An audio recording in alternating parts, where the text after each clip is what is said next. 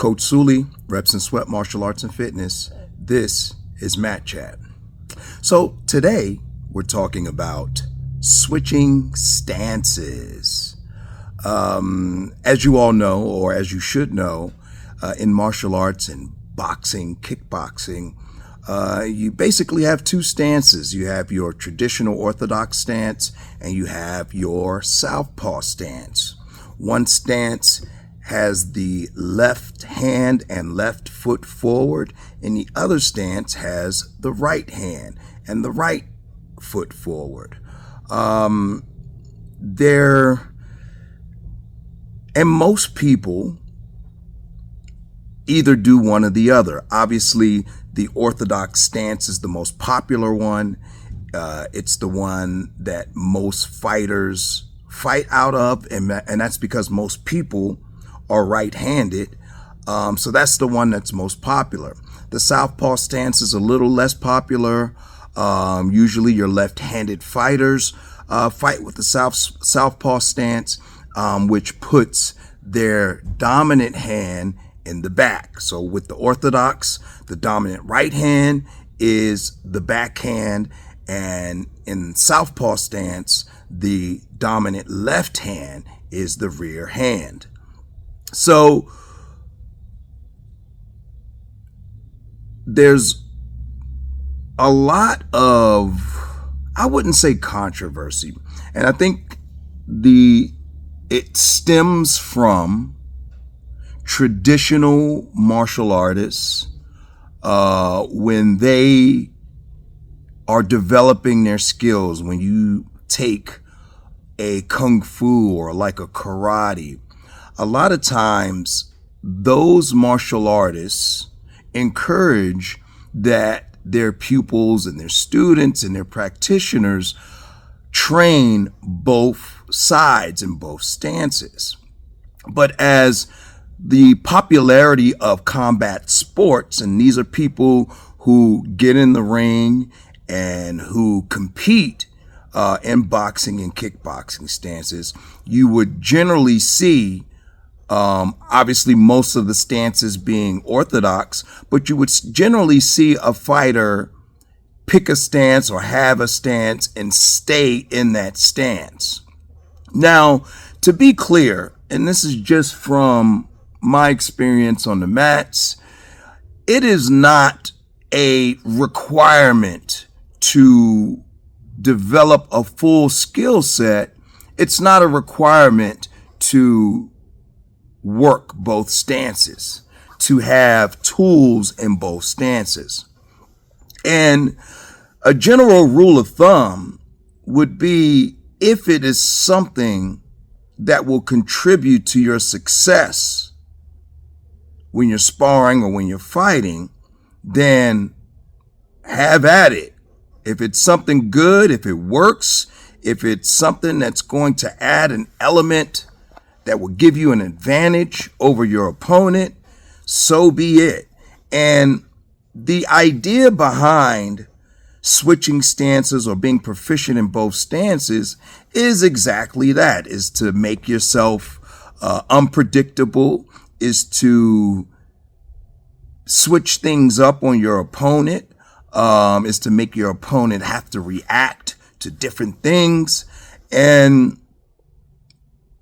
And if that is what's happening, and if that is what you're doing with switching stances, more power to you. Anything, my personal opinion on it is, anything that's going to give you an advantage and give you some success against your opponent, have at it. Do what you got to do. But there is some negatives in switching stances. So obviously, it's going to take you longer to get proficient in two different stances. It's going to take you longer. It can also confuse you if you are just starting out to try to work or try to develop two sides of the coin. So there are consequences to switching stances. There are setbacks in switching stances. But again, I'm not opposed to it. If it's something that you want to throw in your game, that's great. What I came on here to do is to, first of all, let folks know that it is not a requirement. You can become a very, very proficient fighter without ever switching your stance. As a matter of fact, most of the best fighters in the world have a stance and they stay in that stance. Everything that they do is from that stance. So it's not a requirement in order to develop a complete skill set. But if you are inclined to switch stances, then you should know that that will prolong your development. It's going to take longer. And if you decide that you want to switch stances, I believe that the best way to do that, first of all, I don't think that you should, I think that you should switch stance. People who switch stances are, it's something inside of them that says, I want to switch stances. So I think that you shouldn't feel pressure or feel like it's a necessity in order to do so. But if it's something that you feel like you really, really want to do, then here's how to do it. First of all, you should be proficient at one stance before you even think about switching stances. So starting out the gate, I highly recommend against it. It's just going to confuse you. It's going to prolong your development. Once you've gotten proficient in one stance, it's going to be it's going to be multiple times easier to be able to transfer that knowledge and that feel for what you're doing, to be able to transfer that to the other stance, because you already know how to do it in one stance. So it wouldn't be much to transfer it over to another stance. So if you're going to do it, master one stance, then switch it. Now, another tip that I would give is, if you are going to do it, I think that it's wise to do it one technique at a time. So you think of your stance, whether it's orthodox or whether it's southpaw, as home base. What I mean by taking it one technique at a time. So for example, I'm in my stance. I'm going to switch my stance, throw one punch or one combination, and then get back to my stance. So when you're drilling it, what you want to do is work out how you're going to get to that, stance, that switched stance, what you're going to do in that switch stance, and how you're going to get back. That, to me, is the best way to start introducing techniques one by one into your stance. Because ultimately, you want to do it for a reason.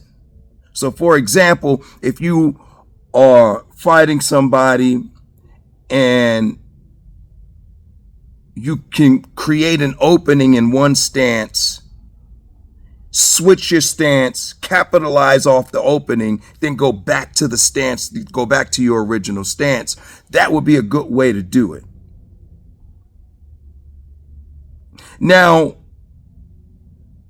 I was discussing with a fellow musician, and we were talking about, I like to find the parallels between music and martial arts. And we were talking about how you end up making the road difficult for yourself. So we were talking about left-handed guitar players and left-handed violin players. And if you are approaching the instrument with a clean slate, you might as well approach the instrument from the direction that has the most resources for you to advance. What do I mean by that? So for instance, a left-handed guitar. In order to find a left-handed guitar, you got to find a left-handed guitar. You got to get a left-handed guitar. Then you got to find a teacher to teach you left-handed guitar. Most of your resources to learn the right-handed guitar, most of your resources to learn guitar are going to be right-handed. So the same thing kind of applies with orthodox and southpaw. So I'm a southpaw fighter, and just to kind of give you a little bit of background on me, I actually came up in the traditional martial arts community. I did Kung Fu for a long time, and Kung Fu, the way that they do is they put the dominant hand in front. I'm actually right-handed, but my stance is southpaw. Now, the issue that I run into in being a southpaw fighter is that the biggest issue is that not too many people comfortably hold pads for a southpaw fighter.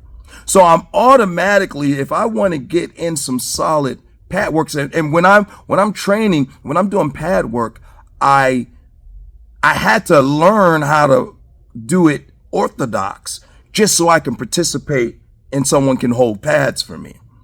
So just by being a southpaw fighter,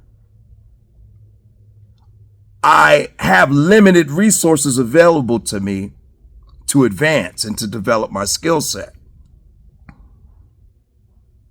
So keep it in mind, and this is just kind of southpaw versus orthodox. Keep in mind that most of your resources to develop your skills, I mean, you're going to find people. It's not going to limit you that much, but it will limit you to a degree. Most of your resources are going to be in the orthodox stance. And going back to the guitar and violin topic, I guess the conclusion that me and my friend came to was that if you're starting off with a clean slate, you might as well approach it where most of the resources are. You might as well not handicap yourself coming out the gate. But that's a whole different topic. So back to how to develop switching stances, how to introduce it into your game. Like I said, you do it one technique at a time. So you say, okay, for the next couple months, I'm going to work on something simple. I'm going to work on switching my stance, throwing a jab from the opposite stance, getting back to my home stance, and going there. So you have to work out when you're drilling it. You're going to drill getting to the switch stance and then getting back to the stance that you're comfortable in. And that's the best way to do it. And you do it one technique at a time. But again, it is not wise to do out the gate. Out the gate, pick a stance. If you have a clean slate, and it's kind of why I brought that whole guitar and violin up. But where I started training at Evolve Academy, regardless if you were right-handed or left-handed, we had to learn orthodox stance first. Up until I believe it was, they had a belt system, but red belt was like the middle of the road. But up until that red belt level, Regardless if you were southpaw or orthodox, you had to do all of your drills, everything in the orthodox stance. And then once you got to the red belt level, you had to start doing everything in the southpaw stance. So that was a system that kind of went along with what me and my friend were talking about with the guitar playing and the violin playing, that insisted that if you come in with a clean slate, you might as well learn the stance that has the most resources available for you to learn. And just like I said before, when you get proficient at a particular stance, it's going to be multiple times easier to translate that knowledge and translate those techniques into the opposite stance. So it all the way around, it's an easier road for you to develop one stance and then learn how, and then translate it over to the opposite stance later. That's the best way to do it, as opposed to do one on this side, do one on that side, do one on this side, do one on that side. That's just going to prolong everything. And out the gate, starting off, it's just going to confuse you. And like I had a guy step on the mat, and he was maybe on the mat maybe for a few days, and he was just throwing a jab, and then he switched aside and threw the other jab. And I was curious. I asked him, well, why are you doing that? And he kind of gave me a little bit of but when we got to the bottom of it, his shoulders was tired. So that's not a reason to switch your stance. You got to figure out how to be able to hold that shoulder up and last a few rounds with those hands up. But that's not the reason why you should be switching your stance whatsoever. But I'll leave you guys with this. And this is a post that I made a few weeks ago. I said, switching stances is like having a house, having a home, and getting a vacation home. If you do it, you got to be able to afford it.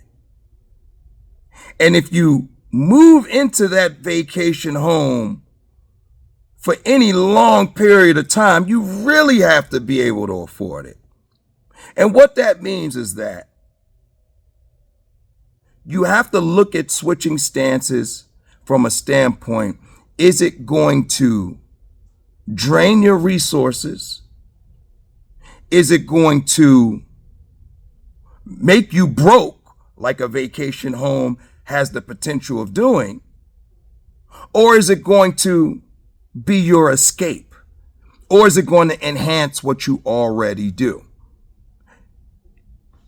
When you ask yourself that question, if the answer is yes, I can afford it, and by affording it, that parity that we're making with a vacation home, by affording it, that means that it's not going to compromise your already existing game. If you can afford to do it, have at it. If you can't, if it is going to hinder your existing game, stay away from it. That's the bottom line. But there you have it. Coach Sully, Reps and Sweat Martial Arts and Fitness. This was Matt Chat.